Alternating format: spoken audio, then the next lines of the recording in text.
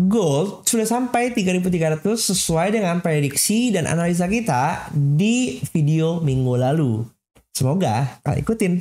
Tapi kalau enggak, kira-kira mau koreksi di mana dan kenaikannya sejauh apa? Langsung kita gas ke videonya.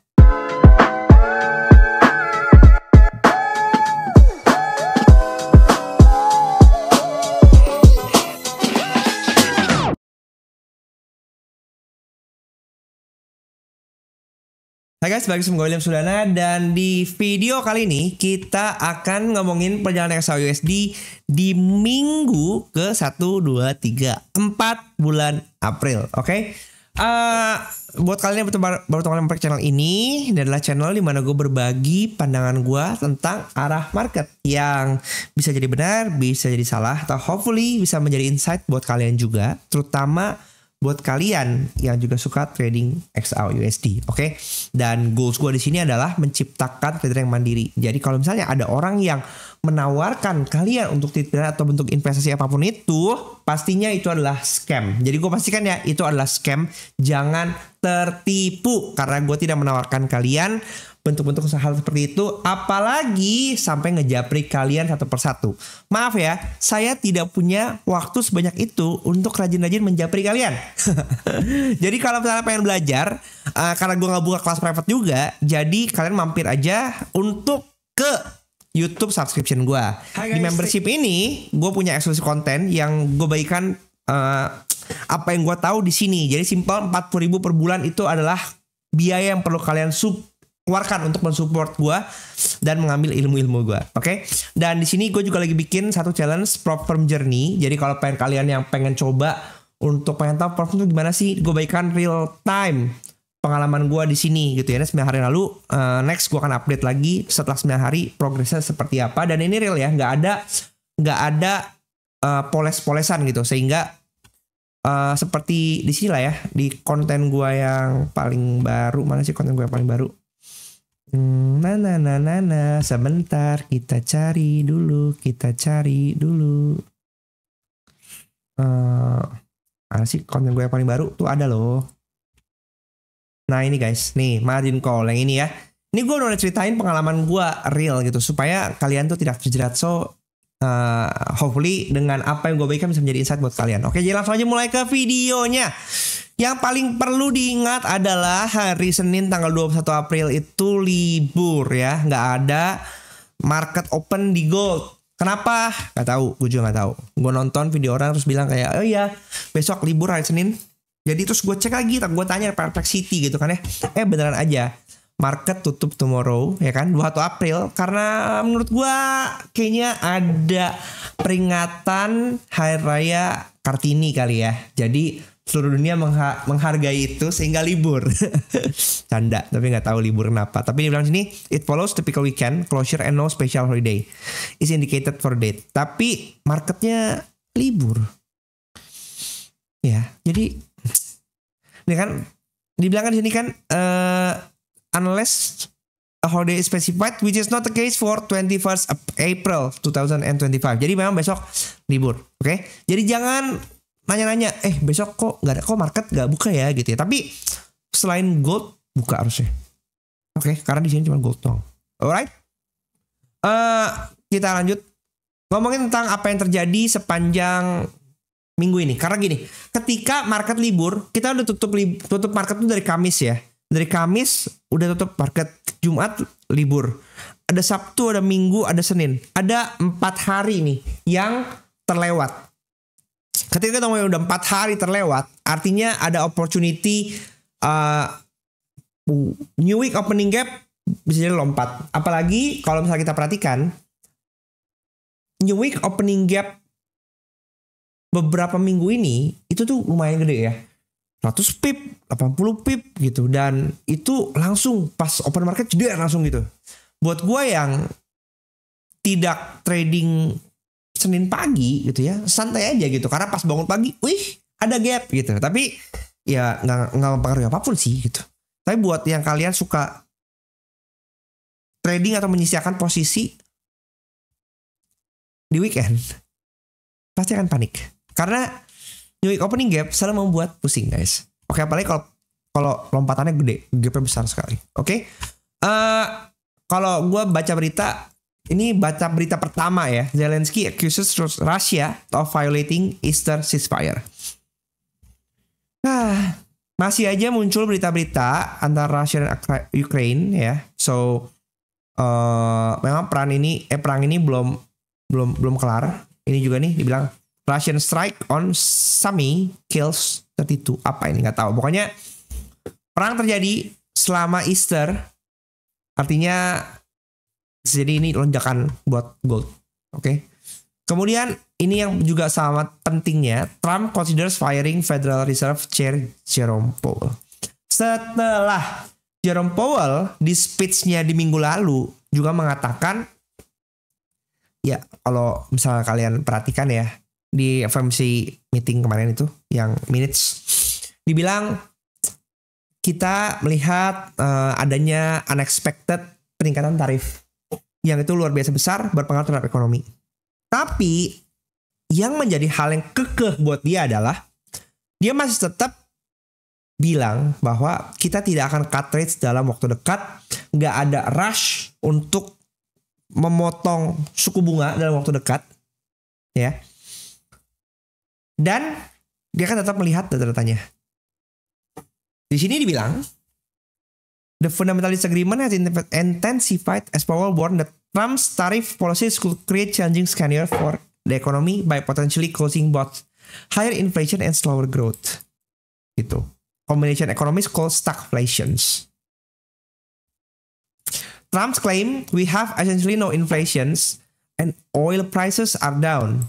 Groceries are down, even eggs. Nah ini salah ya, karena eggs mahal. Powell maintained the Fed's independence, stating they are never going to be influenced by any political measures. Dan ini yang juga sudah disebutkan di statement-statement waktu kita nonton bareng-bareng juga itu. Ya. Our independence is a matter of law. This stance has only fueled Trump's frustrations, leading to his public calls for Powell's removal. Gitu. Jadi memang yang seperti yang gue bilang di sebelum-sebelumnya, secara fundamental Trump ini sengaja melakukan apa yang dilakukan saat ini untuk menunjukkan ke The Fed data-data ekonomi itu nggak bagus loh, maka itu harus turun suku bunga. Tapi ternyata data ekonominya masih terlihat, terutama kayak NFP gitu ya kan, datanya masih lumayan bagus ya kemarin ya, sehingga The Fed melihat nggak ada urgensi untuk ke arah sana. Dan ya tetap ini terjadi akhirnya. Sedangkan Fed masih tetap berpegang teguh bahwa ya udah yang dilakukan sama politik ekonominya itu biarin aja, kita tetap akan mengacu kepada data sesuai dengan dual mandatnya gitu. Dan ini ya udah. Dan menurut gue ya, ketika Trump berhasil mengusik The Fed atau mungkin meremove Jerome Powell dari posisinya, ekonomi akan semakin kacau. Karena kalau diperhatikan kayaknya mulai banyak gerakan-gerakan yang anti Trump. Mana tadi ya gue baca di sini. Ada anti-Trump demo anti-Trump, dan nih anti-Trump protes erupt in multiple US cities. Karena mungkin warga-warganya juga merasa kebijakannya nggak pro dengan rakyat dan terlalu menguntungkan elit. Dan mungkin ini juga yang terjadi, bagaimana kemarin itu dia memberikan kode buy di Twitter, ya kan? Lalu stoknya pump, dan ini yang dirasa terlalu menguntungkan elit. Oke, langsung aja.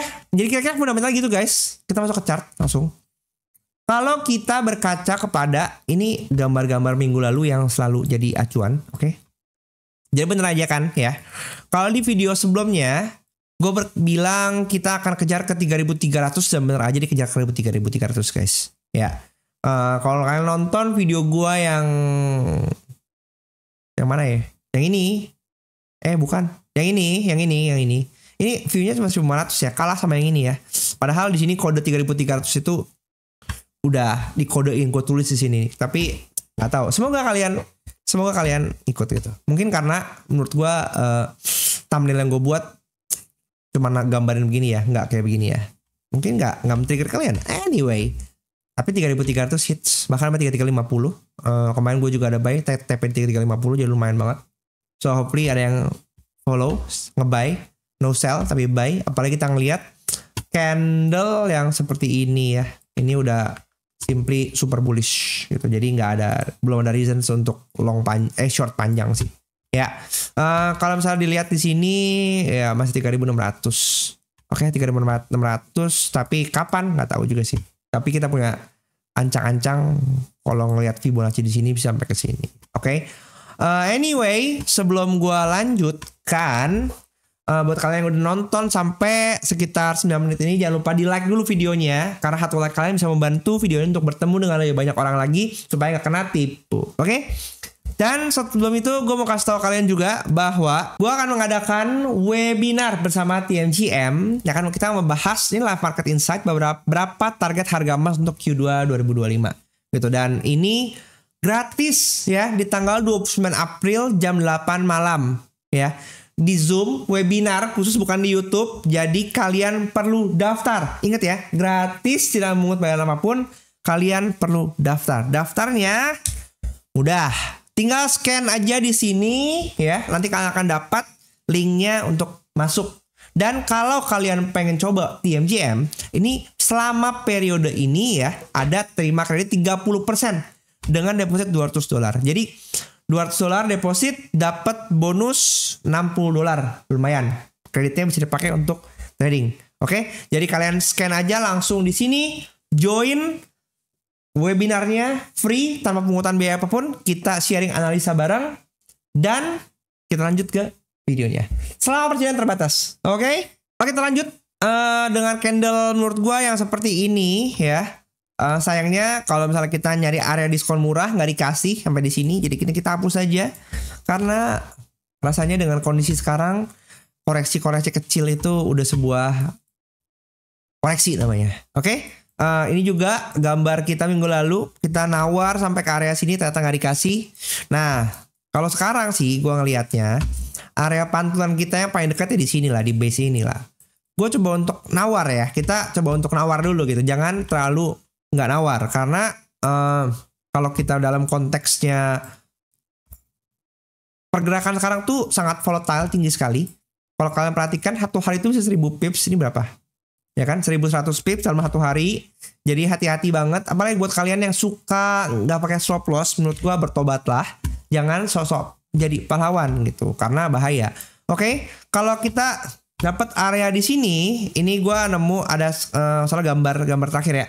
Ini ada dominan break buy di sini. Ini kan candle 1 2 3 4 5 6 7 8 9. Ya kan? Di sini 10, di sini. Dominan break buy sampai kena 3331. Maka ini udah hit TP nih. Udah hit TP. Jadi di sini gue bisa hapus. Oke. Area selanjutnya masih tetap sama. Kalau kita dikasih ya, kita dikasih di sini, maka ini akan jadi area yang bagus untuk kita buy. Tapi cukup lebar ini ya. 3245 kita tandain di sini. Kita 3245, 3246 sampai ini berapa? 392. Lumayan jauh. Ya. Lumayan jauh. Kalau kita mau tarik